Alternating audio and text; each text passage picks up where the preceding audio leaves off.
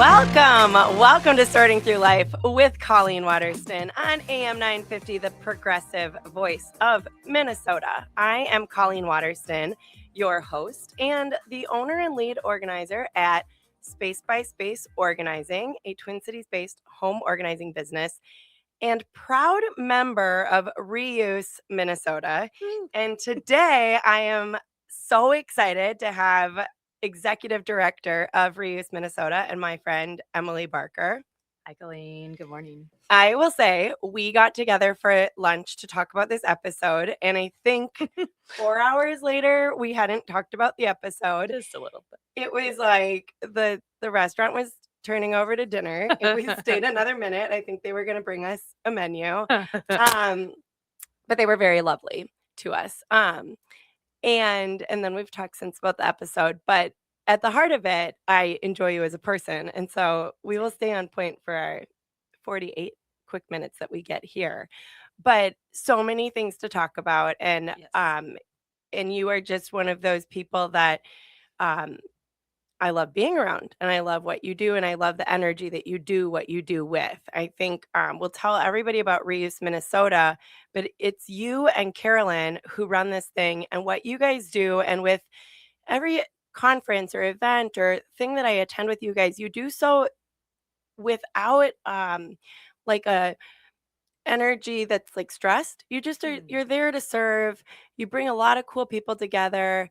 You bring a lot of cool topics together. And every time I'm around, I'm just, it feels so easygoing.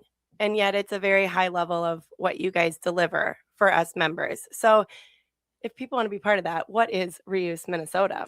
Yeah. Well, thanks for that very kind intro.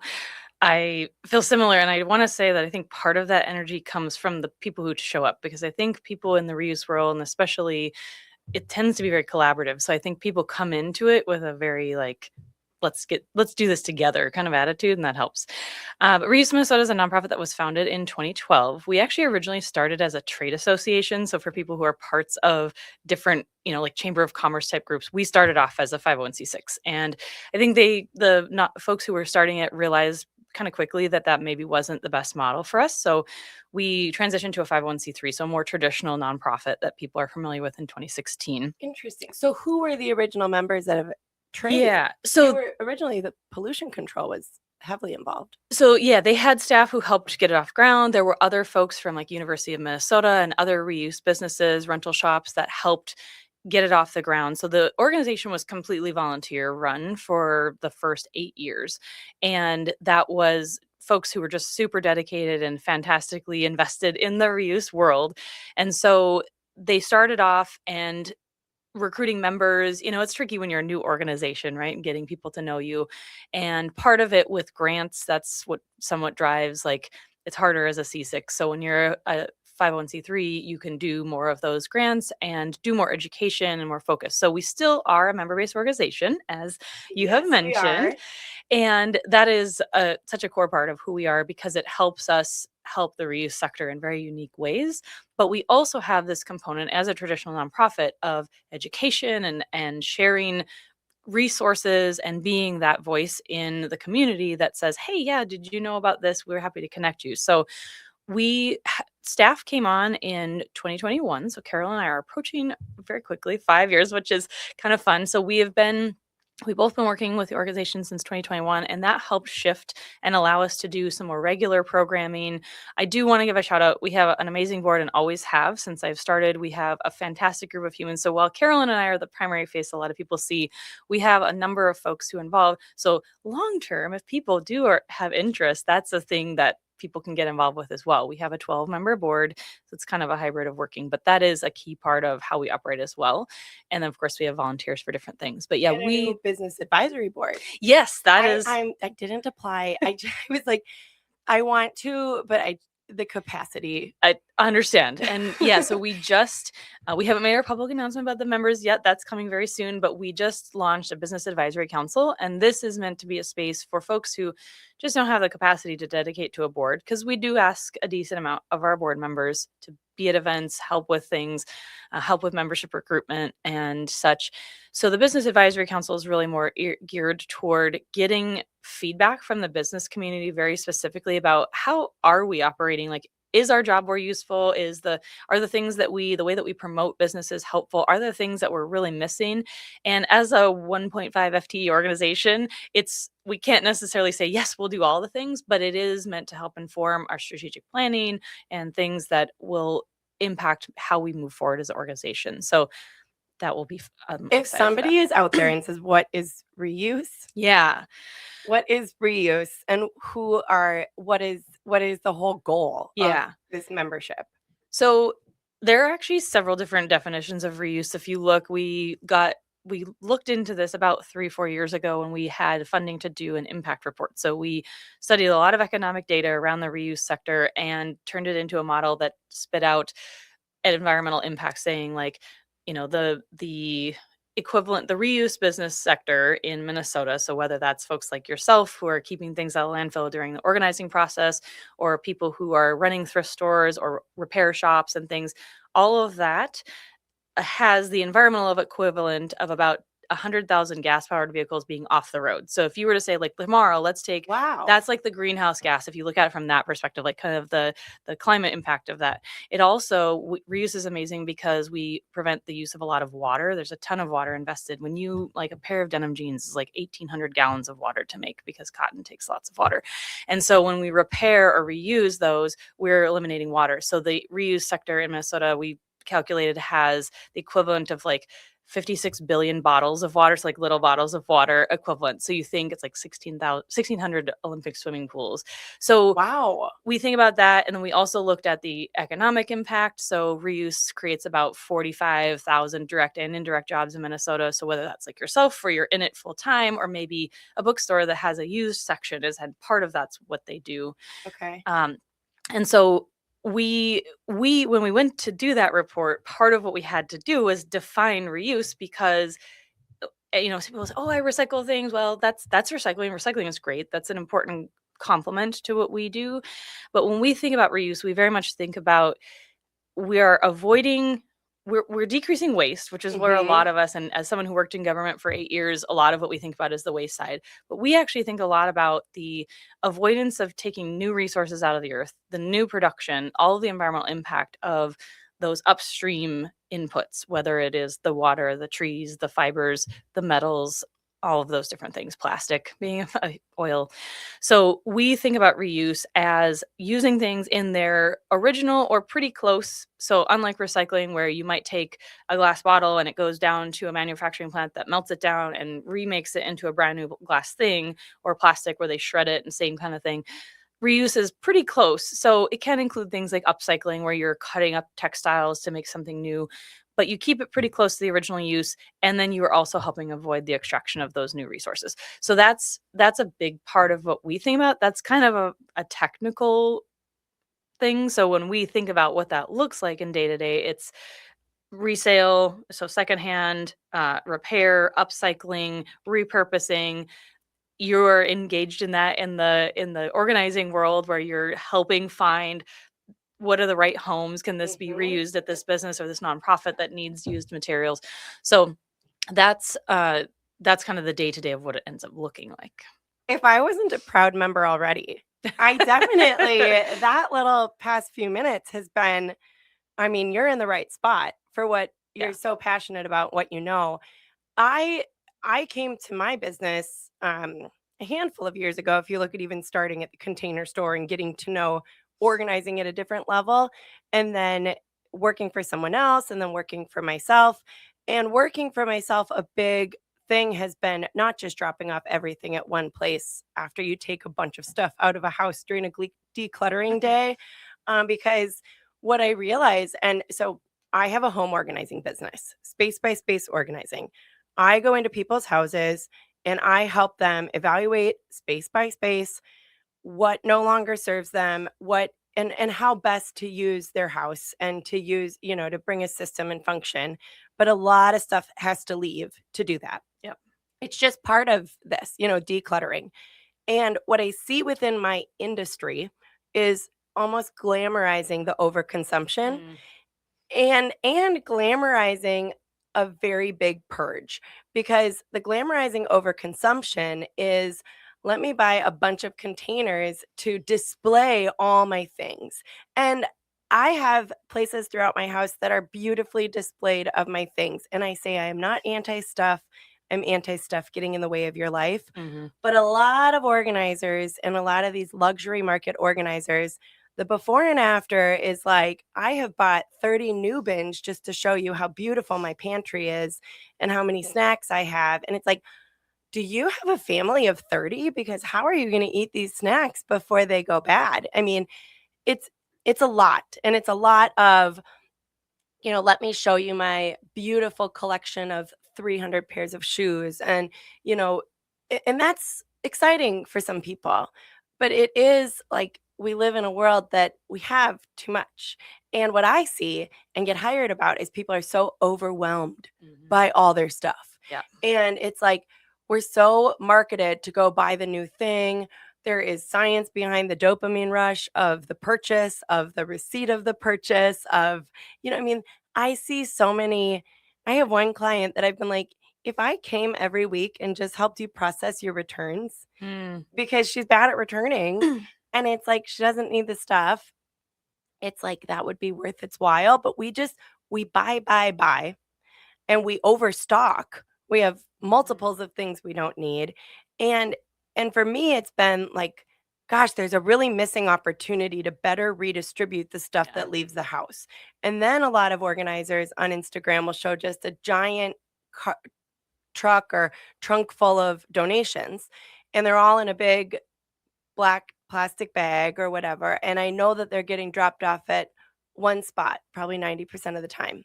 And if you bring it to that one spot, half of that is now trash because, there's a book on it, the Adam Minter, Mhm. like, it doesn't have a resale value, Yeah.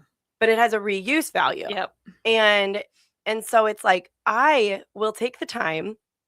My focus when I'm in someone's house is to you tell me what stays and what goes, and when I'm here, I will make what stays better.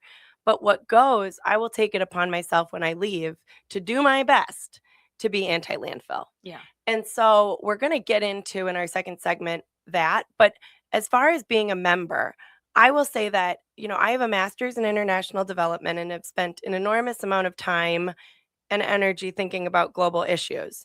And now I spend an enormous amount of time thinking about how to best help somebody's The hyper kitchen local. function. Yeah, a hyper local issue. And and I love it and I feel the impact of my service all the time, and I get jazzed up that this is my life and this is what I'm doing. But being part of reuse, I mean, I didn't market for 3 years. My only spending on outreach was being a member Mhm. of reuse. I have exhibited at the conference a couple times, and I will say that being part of this community, you mentioned the people, it's people who care Yeah. and who show up to care, and there's the individual memberships, and that's just as welcomed as a corporate membership, and I think people feel Yeah. just as included at any level because this is a group of people who really want to live in a better world Yeah. and physical environment focus on a better world of they want to have clear skies and clear rivers and clear, good drinking water. They want all of the things that an environment that is less stressed, would have. But they're creative, whether they're in the municipality, county, state government side of things, and they're trying to get less waste from their city members, the people who they live within, whether they're, creating a business, a thrift store, whether they're doing a nonprofit. We're going to get into some specific ones that we like to support that are members. And this will just scratch the surface, but you Yeah. and me are working on more to do, like, amplify some of these great efforts, but to be in the company of those people. And so all of the events that happen that you and Carolyn are, just totally wrangling with ease. Um, it is full of people who I've not met a mean person Mhm. who likes reuse and Yeah. is there. I've not been like, I don't like you. Like I like everybody. Yeah, we actually just had our board meeting recently, and one of our board members said, "You don't necessarily get into this industry to make like tons of money. A lot of it is because you have these other drivers, and she's very oriented toward helping young parents find things because you're so overwhelmed as a new parent with finding all that stuff. And sometimes it's the environment. Like, I certainly came to this table with the environmental side. That's been my whole life, has been the environmental piece. But there are lots of other people who come for the social side. Fix it clinics, for example, are a great place where it's kind of, you get a lot of retired folks who are like, hey, I want to keep doing something. So they come together and they're just so excited and want to help other people.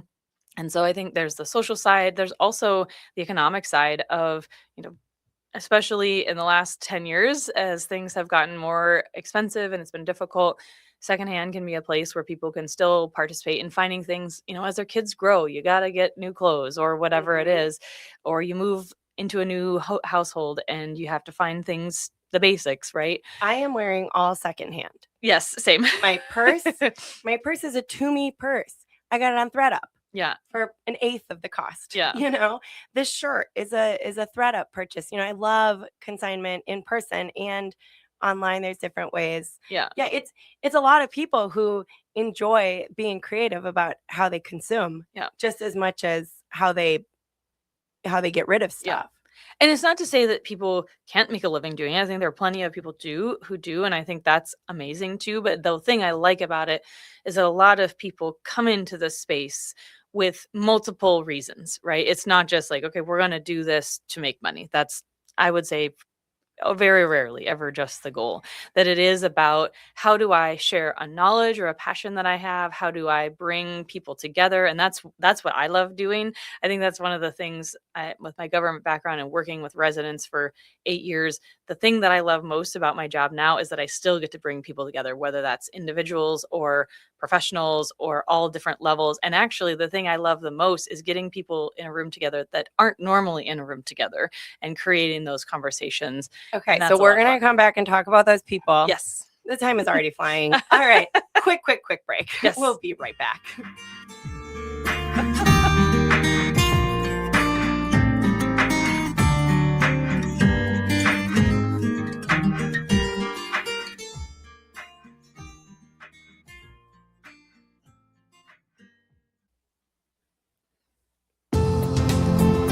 All right, welcome back to Sorting Through Life with Colleen Waterston. And today I'm here with Emily Barker, Reuse Minnesota Executive Director. And we are going to talk about some of the members of Reuse that I am a big donator to and supporter of. And so in the decluttering process, there's a lot there, hands down, like you can't get around. There's a lot of trash. Yeah. It happens, and you do your best to. I feel that decluttering and the way that I try to approach it with my clients is, this is going to be the worst day that we ever do this. Like, this is an intervention, and hopefully by seeing how much leaves the house and really addressing everything that you own in this space, space by space organizing. So we're not taking on everything at once. We're Yep. going through your closet first. We're going through your kitchen. We're going through your pantry. We're going through a space, but we're going through everything in Mhm. that space. And so it's a real eye opener for people about how much they've got. And I call some people shovers. It's amazing how much can come out of some of these Mhm. spaces. Like some closets have been so air compressed Yeah. by, it's like the foam package you get Yeah. where it's been taken out. And so an enormous amount of clothes, everybody has that box of cords. Everybody's got so much, and I normalize that for them, but I also, try to effectively redistribute stuff that leaves and take things to the right place. Like, waste just is what it is. Recycling, we can pull recycling things. I will say papers, I just think it's important to note on this. If you shred papers, that is not recycling anymore. It is a hazard in the recycling center to have all those little pieces of paper. So shredded paper becomes trash.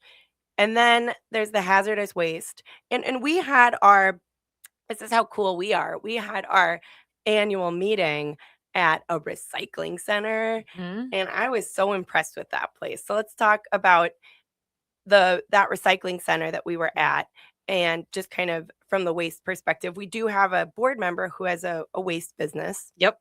Yeah. So the facility we were at last fall was the new Ramsey County facility, and they were great hosts. And the really cool thing is that they actually host swaps and fix it clinics theirs as well. So even though the primary driver, every county in the state is required by law to have hazardous waste disposal somewhere in the county. It's population based. So at least one facility though.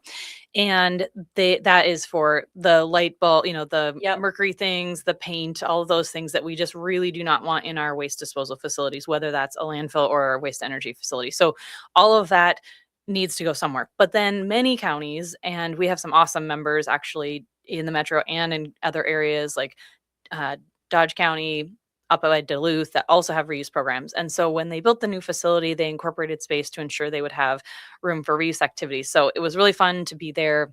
They have a store that's all of these still has life Yeah. in them, home products, chemical products. They Yep. mix paint. They come up with paint colors from the paint that's still good. They have a connection with Repowered, right? I think, and their electronics, I believe so. Yep. Yeah, so Repowered, so electronic waste goes there, but some places when you drop off your electronic waste, it's just properly recycled, and you can ensure that like a hard drive will be Shredded. properly Yep. shredded. Yeah. But there are places like Repowered. I'm Yep. always talking about Repowered. It's in St. Paul.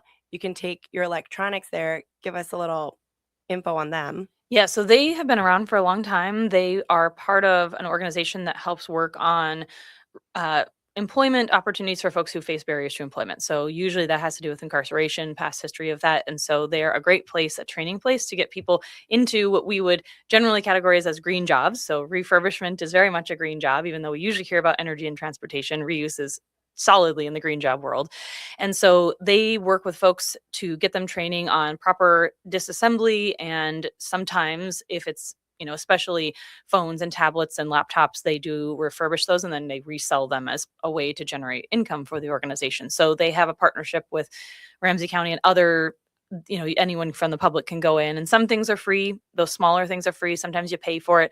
And some people, wonder, why do I have to pay for it? It's because there is a real cost to disposal if something can't be refurbished. And sometimes that has to do with particular materials, heavy metals and things that are in some electronics. But We they went on a tour. They had like so Yeah. many of those big screen TVs. Yeah. They have, I mean, it's a huge warehouse. Yep. There's so much happening. And I love like they deserve our support. I mean, they do Yeah. great work on behalf of our stuff. Yeah, and And it's not glamorous. no. This is far from those No. beautiful before and afters in my industry. It isn't. Although they're fun, their shop is very fun to go into. My Reuse Minnesota computer is from their shop. When we got started, that's where I bought my computer used, refurbished. But the cool thing is, so they're one of our larger organizations. There are others in that space. So Twin Cities Free Geek, or Free Geek Twin Cities, is a smaller organization Yep. that's been around. Great shop also. And one of their missions, is to bridge the digital divide. So they try to make their electronics very accessible for folks who maybe don't have a lot of disposable income, but tech is a reality in our lives. If you don't have access to certain things online, whether it's applying for jobs or email, it can be really difficult to function as an adult or as a teen, even with school. So much of that is online. So their goal is really about bridging the digital divide. And so they have a location in Minneapolis that's actually kind of in an area where there's a few others. I know we're going to maybe talk about building material, but like it's near Better Futures and Habitat Restore in that Minnehaha area of Minneapolis. So they're a great organization. And then there's also Tech for Success, which doesn't necessarily sell to the public in the same way. They are more consumer to classroom. So they're focused on helping getting refurbished stuff for teachers and classroom and educational settings, and they've been around for a long time too. So we've got several folks in the electronic space that are all doing these amazing things. And Reuse has been part of Reuse Minnesota has been part of like legislative pushing forward. We're not going to get into the because that could be a show. Whole thing. We were on the phone yesterday. You were telling me about it, and I was like, okay, we'll skip that topic. Look on our website for Right to Repair, and then you can learn more and reach out if you want to know more. But there's a lot of life left in most of the tech we get rid of. And so being able to properly, remove what's been on there and make it fresh for somebody else. And it's like for all the people who can afford to go and buy the next latest model, there's just as many, if not more, who cannot afford the latest model or the last few latest models. So being able to make sure that those items get to somebody that can do something with them Yep. is really important. And I don't want to leave the business world out of it too. We have a business that's called Ultatech, and they do business to business. So like if an entity have servers, so that level of tech that most of us never interact with, we also have them there on Plymouth. And I think it's a thing that not a lot of people think about, but it is an incredibly important part of the refurbishment world as well. So there's the consumer electronics and then kind of the business level that are involved. Okay, we're gonna real quick skip over clothes. There's a Fair. lot of clothes that leave this fast fashion world that we live in. Yeah. Think before you buy, folks.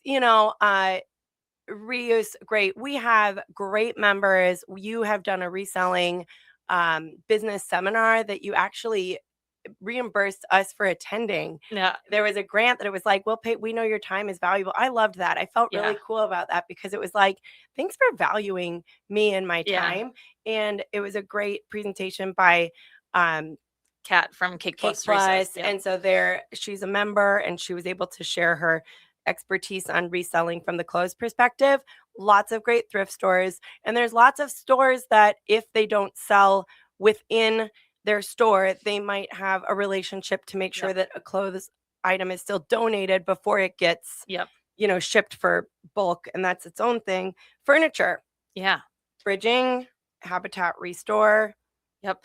Furniture is a tricky one. There's the wood items like tables, and those are often easy to get rid of, but couches and bigger stuff. So bridging is one that a lot of folks know. They help folks, they don't resell, but they help folks who are coming out of maybe situations where they've had housing instability. And so they may be getting into an apartment or a rental. And so they help them get outfitted. And it's not just furniture, they take other household goods as well. But that's a really great place. And people can shop with dignity and say, Exactly. okay, this is my allotment. It is there's a big demand for this. Yes. There is quite a wait list for their appointments, but it just shows how much demand there is for your unwanted stuff. Yeah.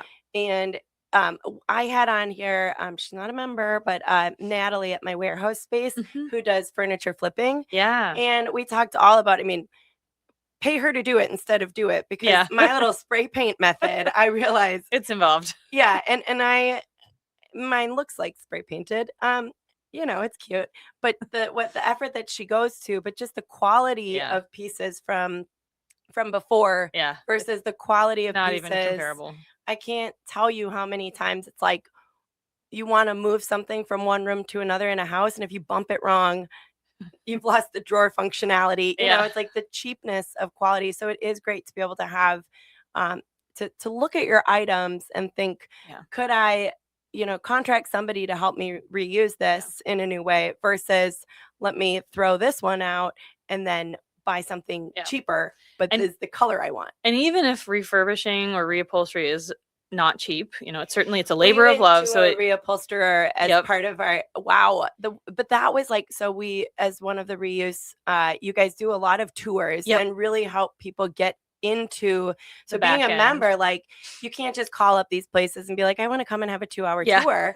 But if you're in Reuse Minnesota, you get access to all of these really great tours and you get to see things from a new level. And the reupholstery is very expensive, but I do have a new respect for it after watching the effort that they go to reupholster something. And if you're reupholstering something like you're mentioning, that's a solid wood frame, that's going to last you way longer. And so the long-term cost is not going to be higher, right? Because if it's got good bones, that'll last you versus if you buy 2 cheaper versions of the same couch and they break down in half the time, so there's that, which we know, doesn't always work for everybody all the time. But if you have that and can make that choice. If money is tight, it's hard to make the argument to invest in something. But checking out like the Habitat Restore, the one in the Northern Metro, they have a good selection of furniture. So especially if you've got like a young person going into the college or their first apartment, that's like a great place to check. And my business, we offer for our clients, if something is of high enough value and worthwhile, we do a profit share reselling and do a lot on Marketplace. And I love Marketplace. I love it to buy from. I barely ever buy something new if I don't go to Marketplace first. And it's amazing what you can get for a deal. But also then to resell is pretty fun. But so furniture, and then it saves your searches. So, if you're like, I kind of want a new couch, I want to, whatever it is, and a lot of quality stuff is leaving people's homes via Marketplace. So it's a great place, even if you want to get something reupholstered, start there to find something for that people are practically Absolutely. Yeah. giving away, and then at least your costs for Yep. the first part is pretty Well, low. yeah, that's a great idea, especially if as people are cleaning out like parents or grandparents' home. Yes, There's we do it's estate clearance, we do, and, it's like Yep. especially, like, we're talking from Minnesota, which is America, which is a little overconsumptive, and so the person who's cleaning out mom or dad's house already has their own They're full already house, outfitted. Yep. They're like, "I have 3 sets of silverware and do not Mhm. need 2 more," so it is basically just unless you want some sentimental things or to swap what you have, Yep. so then even then you still have this excess. I mean, it's just There's lots of stuff. got a lot of stuff. Okay, so what about, big appliances and building materials? I Yeah. toured Better Futures through you guys. I mean, some of my favorite days have been you guys' Yeah. tours. Good. They really are just fun, and it's a more social thing, and you're Yeah. getting everybody's putting their best face forward, and some of these, like Better Futures, similar to Repowered, have really cool work programs Yep. where they're taking people who have never felt the sense of belonging in a work environment, and they're holding people accountable. Yep. And we met, I think, at Repowered Yep. years ago Yeah. before I was even a member, and the man who spoke to us left such an impression on me for the pride that he felt in Yeah. the job that he was doing, and he wore his tokens from being sober with so much pride, and they talked about being there every day at 8 a.m. and just being part of something. And so you're like, oh, here, do you want this computer to refurbish? You're dropping something Yeah. off, but it's like, I'm so glad that I'm contributing to such a great cause, and Better Futures has that Yeah. too, and they're really proud of that. And then when you do the tours, some of these men who and those that one specifically only employs men for Yep. the gender dynamic in the workplace, but you can just feel the pride to be able to speak about what they do, and I don't think they've been given that opportunity before. So it's really fun to be a consumer of that presentation. I think something, and I think Better Futures talks about this, where we are not just a disposable society of things. We are do that with people too, right? I And love so that statement, a it's kind of, disposable society of things and people. and I think, yeah, it's not a good feeling when you think about it that way. It's actually a really important wake up call to recognize Yeah. that like a lot of reuse spaces uh, provide spaces for people who maybe feel left out Mhm. otherwise. And I think you're right with the jobs opportunity, that training. I mean, the folks, I think both Repowered and Better Futures do like OSHA training. So if you can leave that when you're done with that program and you're ready to go, you're going to start your own thing or you're going to go into another workforce, you can come and say, hey, I've got this certification, I've got this training, which can be very costly in other settings. And so that's the other thing that's great is a lot of places will provide that next step to prepare people to be ready for other opportunities, and And that's, I even think, I amazing. don't think Goodwill is a member. No, but Okay. I know they do similar where it's Yeah, like the I will job training say thing. there's a lot of people who are anti-Goodwill, and I have not explored the topic extensively. For me, a lot of places are a lot easier to drop things off than the lines of Goodwill. Mm, So, I mean, if I'm like, I've done a lot of Goodwill drops over the time, but there's some that you get stuck in, and you're like 45 minutes later, yeah, wow, okay. I always make sure if somebody I can call if I need to And then there's one that's but like, the garage door has to close, mm, and just and so I'm like, okay, but there's a lot easier places to just roll. I love going to Sharing and Caring Hands downtown. It's a home shelter yeah, for people without a home in Minnesota, and I know that my stuff is going to go directly yeah, to somebody who needs it for no cost. yeah, Um, and it's a real easy backup system. They're not open Friday mornings, but I can just go and know that by the time I get there, I'm in and out in yeah, 5. Um, so that convenience is really good for me. But Goodwill, I was taught in grad school at the University of Minnesota. I had a nonprofit leadership class that was taught by Michael Worth Davis, who was the longtime CEO of it. I don't mm, know. I don't know still. I shouldn't even be talking about this for not having my updates, but my goodness, that man left an impression. He was mm, such a good heart, brilliant guy, totally capable running a huge organization. And when people would say, "Oh, well, the CEO makes so much money," I'm like, I want someone who knows what they're doing to be running a huge social impact organization. Because if you put someone who doesn't know what they're doing. And it's like, why are we not incentivizing people who can run social impact organizations and scale them? I want the same level of quality that the the people who can go to corporate, I want that in my social sector. Yeah. But we've just got this backwards way of, like, probably because the word's nonprofit, we think it should be not profitable. Right. And it's just like we gotta The spin nonprofit that. sector, and this is true not just of the reverse world, but the nonprofit sector generally is, I think, put to that center the idea that we can't spend any money on overhead. It's like, but overhead are our people. People are our programs, and so I think that that is a disservice we do within the nonprofit sector. We could have a whole other podcast Oh my about gosh. that, Yeah, but yes, for sure. I think there is most reuse businesses bring some value to the table in different ways. And so, there's value critiques of different things. I do sometimes part of the challenge, and I did a presentation, as I mentioned to you Yes. recently, to the professional organizers group. And one of the challenges is helping with the incoming stream. So helping the public understand. So that's one thing with Reuse Minnesota I love too, is that people can call us or email us or look at our directory, and we're happy to say, actually that thing you have, mm, that actually just should go to recycling or wherever. Or we have some creative reuse organizations too that will maybe take those oddball things. They usually need them in smaller volumes or by appointment, but there are outlets for that stuff. But I think one of the challenges with a lot of thrift stores and why stuff maybe doesn't always make it on the shelf is because people understand that, like, when you get that free water bottle at an event that you got for free, nobody wants to pay for that, right? Right. Like, they're not going to put that on the shelf. Well, also, So I'm in the middle of 15 loads of laundry from my client this week that is uh potentially resellable, rewearable, but not in the state that it left the house yeah. because it had been not, touched for many years, a cat involved. Yep. So there's a lot of hair. I don't have a cat. I've never seen my dryer get so full so quick. I'm like, whoa, Yeah. 2 loads, and that I need to be unloading this every load. I have a non-shedding dog. I Yeah. so but Well, I will do that. I have visions of having a huge redistribution warehouse that takes, and launders everything, yeah. but so many things that get donated pre-laundering, I'm not going to go and buy something with a stain on it, but putting it through the wash can take that out, Right. and now I might buy it. So it's Right. like really being considerate about what you're getting rid of. I want to just real quick before we kind of close this out, the better futures, big appliances, building materials. Can Yeah. you speak to that? Yeah. So a lot of times, building materials get forgotten in the reuse world because most people don't interact with them on a day-to-day basis like we would do with clothing or, your kitchenware.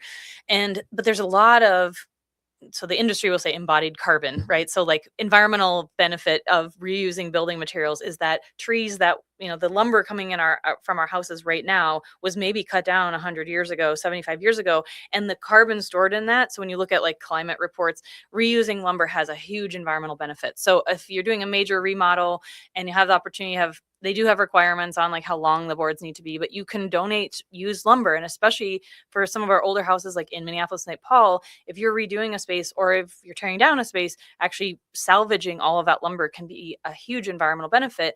And there are rules about how it can be reused, but many people will take it to build sheds or cabinetry or all sorts of different I things. did a new deck and I now have a 5 link fence Yeah. between my Yep. neighbor and my yard.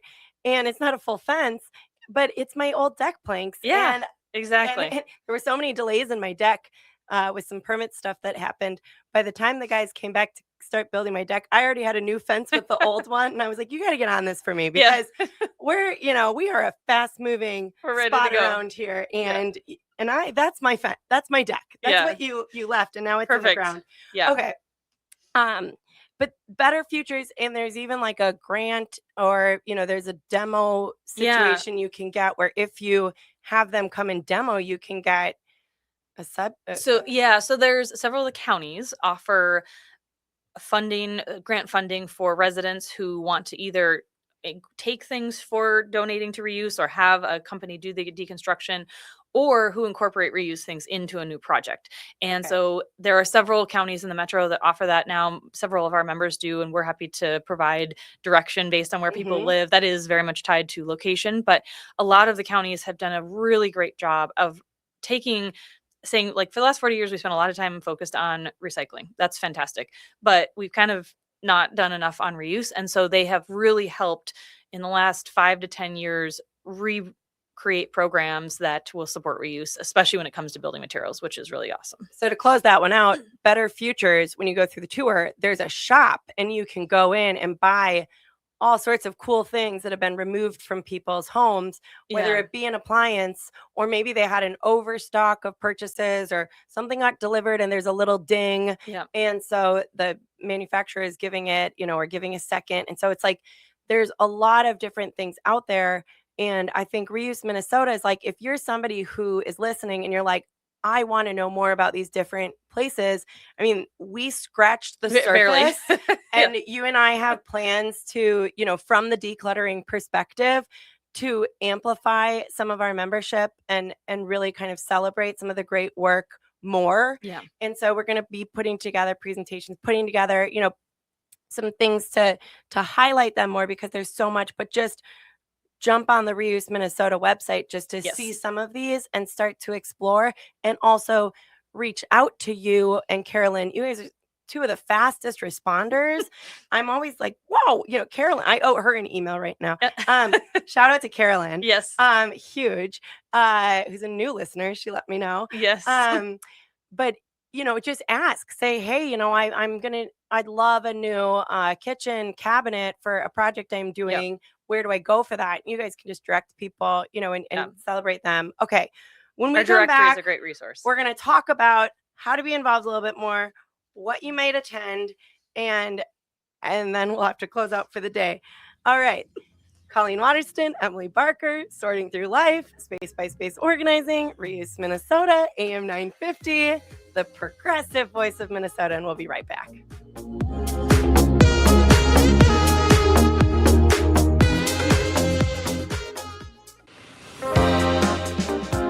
All right, welcome back to Sorting Through Life with Colleen Waterston here on AM 950, the progressive voice of Minnesota. And I am with the very progressive and lovely Emily Barker of Reuse Minnesota.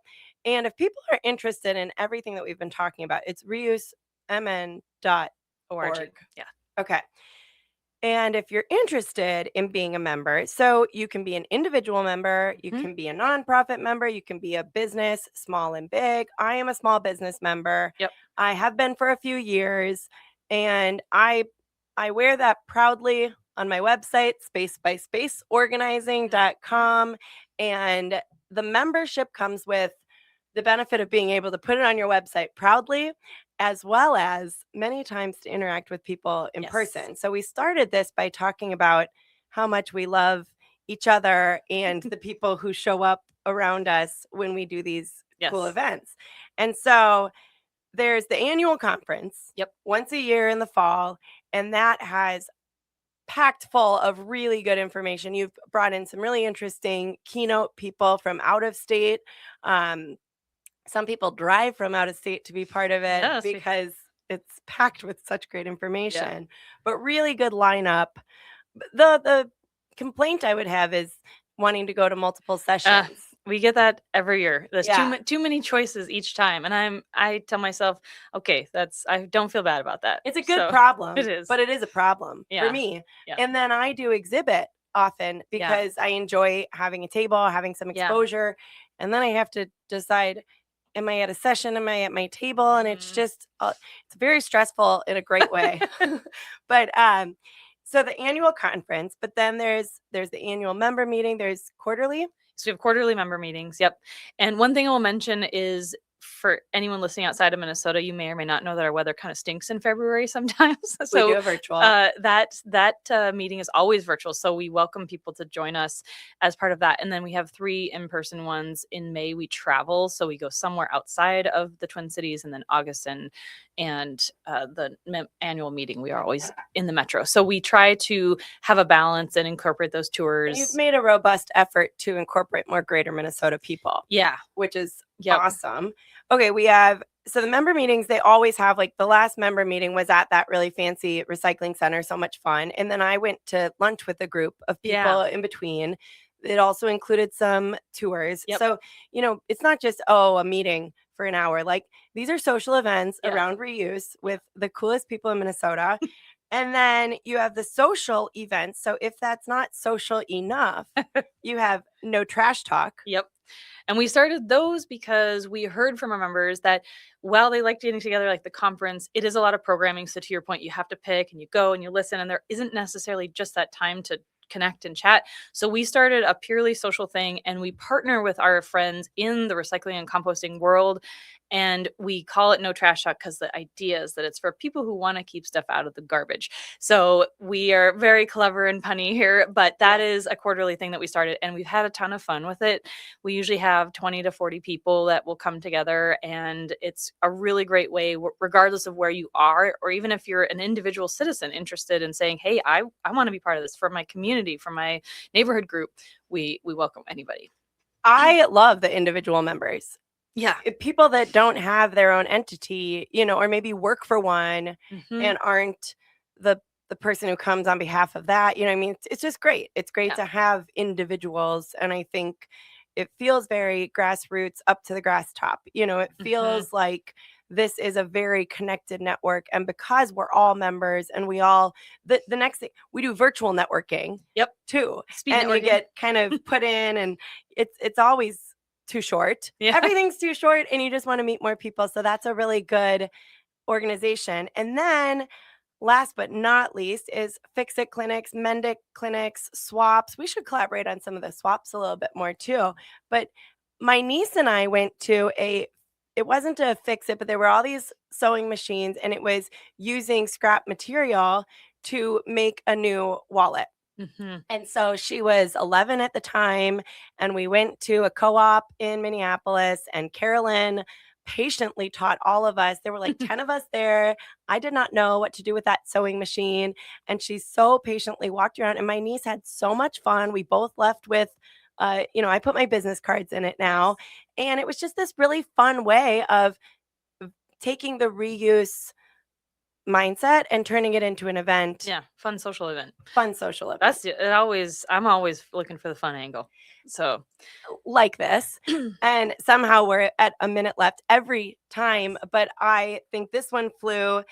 Watch for me and Emily. We're going to be doing more. Go to reusemn.org. And especially our events page if you want to find those activities. And I think you can come without being a member. For most of them, yeah. Sometimes we have a little charge for non-members, but yes, definitely. Look things up, get involved, sign up, be on the email list. They don't spam you. You just get to come and be part of cool things. And then for myself, spacebyspaceorganizing.com. We also have a brand new website for this show, sortingthroughlife.com, to go and watch all of our episodes and listen to all the things that we've been up to. But home organizing, decluttering, being mindful of where your stuff goes, and the world that we want to live in together. So thank you for being here with me and for leading an excellent organization. And thank you all for listening. Thanks, This Colleen. is Sorting Through Life.